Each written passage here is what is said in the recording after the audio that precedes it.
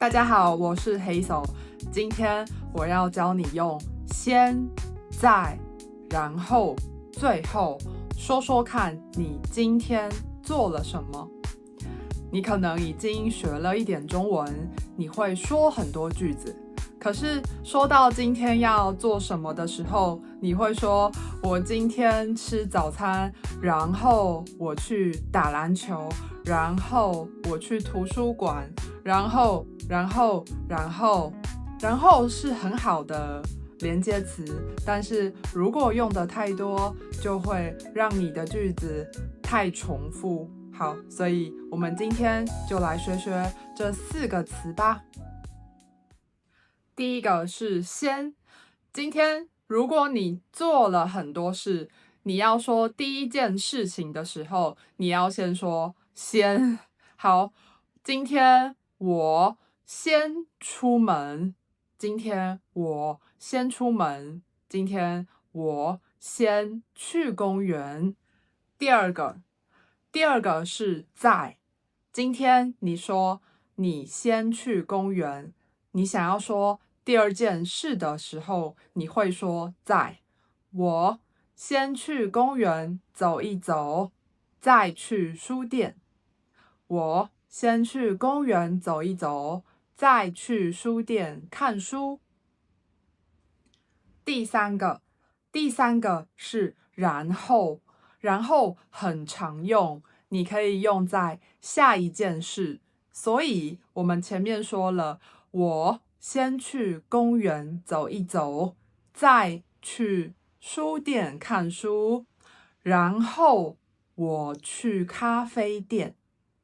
然后我去咖啡店喝咖啡、看书，叭叭叭叭叭，对。然后不要一直说然后，因为听的人想要知道你把话说得更清楚。如果你用的太多，大家会不知道你说哪一件事情。第4个，最后。听到最后这2个字，大家就知道你说完了，所以最后也很重要。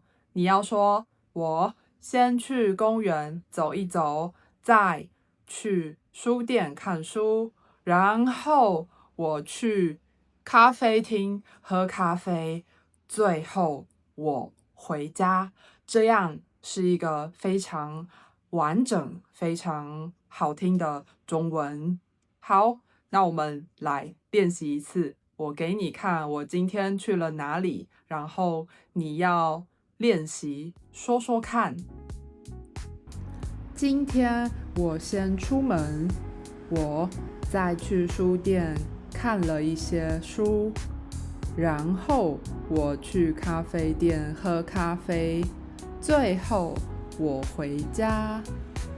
所以练习完了，你应该可以跟我说一说你今天做了什么事。你可能可以跟我说，我今天早上起床，先刷牙、洗脸，然后再躺在床上滑手机，然后看了一下课本，最后什么事情也没做就结束了。